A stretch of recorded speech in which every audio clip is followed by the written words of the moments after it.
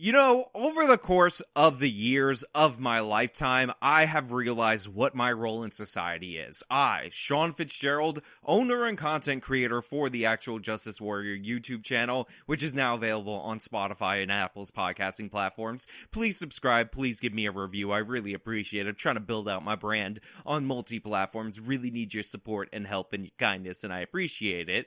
Have to set the record straight. I have to tell you guys what's what. I have to diagnose the situation. I have to point out the real problem while everybody else is distracted by the non-problem. And today we're going to do that with the Little Mermaid teaser that was released and is woke because, of course, it has the black lady and Hollywood is killing off yet another redhead. Whatever. We've all heard it before. Whatever.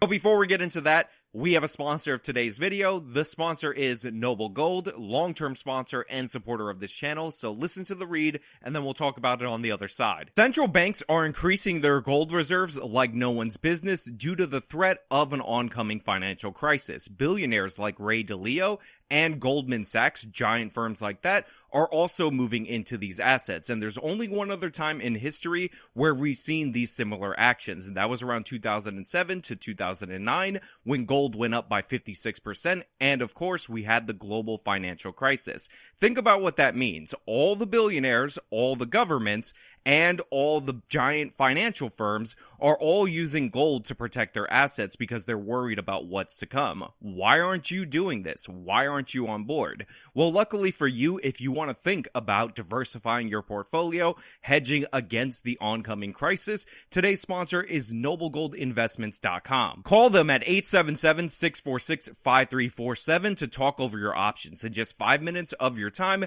you will talk to an actual human expert that will walk you through the process of diversifying your portfolio. And if you put a qualifying IRA or 401k in line with Noble Gold Investments, you will be gifted an American Eagle 1/10 of an ounce gold coin. Again, the number is 877-646-5347, noblegoldinvestments.com. So Disney just dropped the Little Mermaid teaser trailer for the live-action reboot of The Little Mermaid. It's out, as we already knew before. Halle Berry, which is not to be confused with Holly Berry, even though her name is actually spelled kind of like Holly Berry, is the actress that is portraying Ariel. And of course, she's not white. And of course, we replaced another redhead with a black person, which seems to be a weird thing that Hollywood is into, and kind of odd because it seems to be redhead specifically. And a lot of people have pointed out that this is woke, that they did this for diversity purposes, that they are brownwashing or blackwashing a traditionally white character. Whatever. We've all heard it before. We all understand it, and it's been broken down to us many different times. However, what I will say is that this teaser didn't show us anything that we already didn't know. We knew they were making a live-action version of this movie. We knew that this woman was cast as Ariel, so everybody's essentially making the same exact videos with the same exact points based on a teaser that honestly shows us next to nothing based on this movie. It's not even a full trailer, it's a teaser. On top of that, the actual criticisms of this movie have nothing to do with the fact that this woman has dark skin, because we already knew that, as I said before, but it does have to do with the fact that this trailer is ridiculously dark. This is a still from a random portion of the Little Mermaid animated movie. Do you see how bright it is? Do you see how all the colors are fully saturated? This looks darker and more desaturated than the Aquaman movie.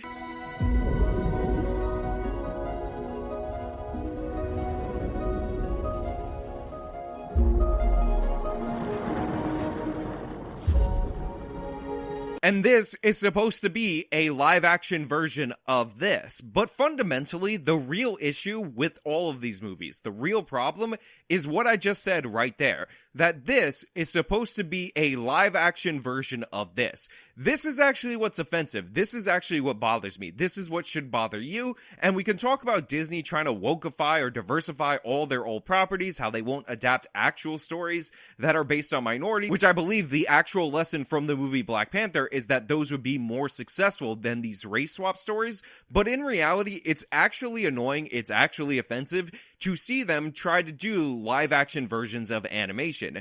Animation is a beautiful art form. Animation is the art form that made Disney what it is. And the idea that we don't get any more two-dimensional animation and we're just aping and making worse versions of our previous animated movies, and that's what Disney is, and you guys go out and see it and it makes $1 billion each and every time, is pathetic. None of these movies are good. None of these movies are watchable. None of these straight one-to-one adaptations of a previous animated movie should be regarded with anything more than contempt. And yet, time and time again, you go out and see them. Time and time again, you buy into them. Time and time again, you give Disney's money. So we're talking about who was cast as Ariel, we're talking about race swapping, we're talking about all that stuff.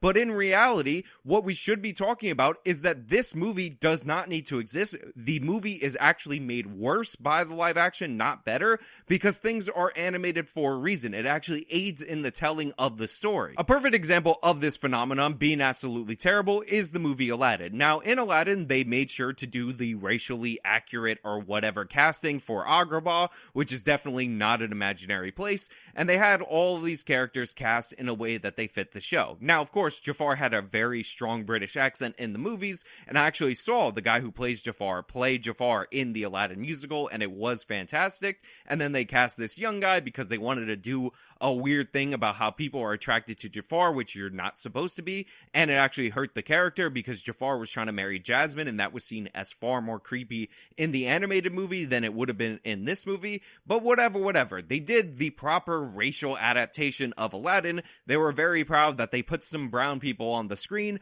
and then the movie was absolutely horrible in every possible way. First of all, Will Smith playing the genie, I will give them credit for using Will Smith, because any other actor without a giant ego like Will Smith would probably try to do a Robin Williams impersonation, but Will Smith has a giant ego, so he played Will Smith as he does in almost every movie. However, there is a problem with having Will Smith, because the reason why the genie works in the original Aladdin movie is because the genie is a side character. He kind of steals the show from the main action, but Will Smith doesn't play second fiddle to anybody. So if Aladdin's gonna have a romance, spoiler alert, Will Smith's genie has to have a romance. If Aladdin's gonna go on part of this adventure and do all this crazy stuff, spoiler alert, the genie's not going to be this magical MacGuffin in the movie that wisecracks or whatever. He needs to be the co-main character of the movie and needs to be co-equal to Aladdin, even though he functions way better as a side character that steals the show. But overall, what we see with these movies is that the animated versions of them are tight. They're to the point. There's almost no wasted time. They're beautiful in that regard. The animation aids in the telling of the story, because if they could have just made it live action back in the day, they would have just made it live action back in the day, but it works better because it's animated. Look at how pointy Jafar is. Everything about this man screams villain. Look at Aladdin. He's got the big eyes, the round face, the color scheme. All these things indicate to you people out there in the audience that this is the good guy. And the great thing about animation, the great thing about these amazing works of art, is they transcend all ages. Your children can watch this movie, the original Aladdin, and understand everything that's going on visually, but there's enough interesting story, there's enough compelling character to keep and hold the adults. One of the things that went wrong with Disney animation is that they went for goofy, awkward comedy and not really good characters, and this is why people in the 90s to the 2000s, when Disney started to fall off after they stopped making movies like Little Mermaid, after they stopped making Lion King, etc., people started moving towards Pixar because Pixar captured that same feel. But this is just live action nonsense. This is just an adaptation, and honestly, the biggest crime in this adaptation is not the casting, because who cares about a live action version of Little Mermaid? It's the fact that this film exists, because implicit in these live action adaptations, or in the case of The Lion King, which was a photorealistic version of the animated movie that nobody asked for, is the idea that live action is somehow superior to animation. It's the idea that animation is some kind of a lower art form not deserving of respect, when in reality, like all mediums, animation can be used more effectively to tell a story than live action, specifically when we're referring to a story like The Little Mermaid. So yeah, the reason you should be disinterested in this movie, regardless of who's playing Ariel, is because it is backed by hubris. It is because it is backed by that intent to undermine an art form form that Disney is no longer interested in, and an art form that has unfortunately fallen out of favor in the United States of America and broadly in the Western world. The only people who seem to be interested in animation, traditional two-dimensional animation, is the Asian market, specifically the Japanese market, and I respect the hell out of them for it. And we've seen over and over again when people try to adapt anime for live action for American audiences, it comes out horrible each and every time. And the reason for that is because it's animated for a reason. It's better to tell the story. It works better with the narrative. It should not be adapted into live action. Stop doing it in any case, not just in anime, but in the Disney tradition. Now, before you guys go out and say that this version of Cinderella or this version of Snow White is in the live action and it actually works, understand what we're talking about here. We're not talking about any version of Cinderella, any version of Snow White. These are tales that are older than Disney that have been adapted over and over again. What we're talking about is adapting Disney's version of Cinderella, Disney's version of Beauty and the Beast, Disney's version of Snow White, Disney's version of Aladdin, which is Disney's version of Arabian Nights. We don't want to see these one-to-one, nearly shot-for-shot, but worse remakes in the live action, and we should reject them on their face. This trend has been going on for far too long, so pardon me for not caring about Halle Berry playing this character, because in reality, the real issue is that this movie even exists. The adaptation itself is disrespectful to the art form. The adaptation itself is a problem, and we need to stand against it. And if you argue that you like that Aladdin movie, that live action Aladdin movie, or that photorealistic Lion King movie, get out of town. I don't like you. I'm not in favor of it. You're not my friend. Unsubscribe from the channel. Block yourself from my Twitter. We're not cool. Yes, I'm exaggerating a little bit, but it is serious, and I am 100% correct on this issue. If you want to stop woke recasting of characters like Ariel, if you want to stop woke recasting of the live action reboots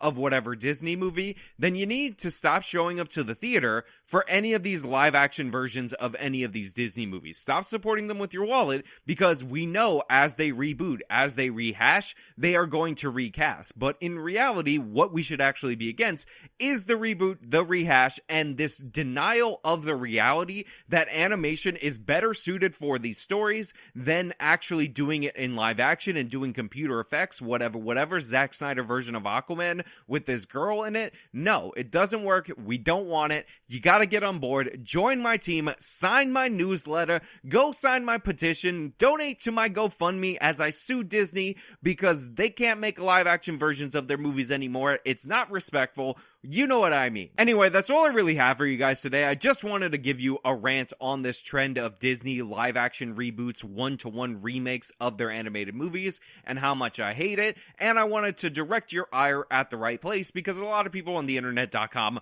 are just talking about this actress being cast in this role, when in reality, the problem is far deeper than that. If you like this video, show me by leaving a like, subscribe for more content, follow me on my social medias, support me via the support links in the description box of this video. This has been me discussing the Little Mermaid teaser, whatever. Till next time.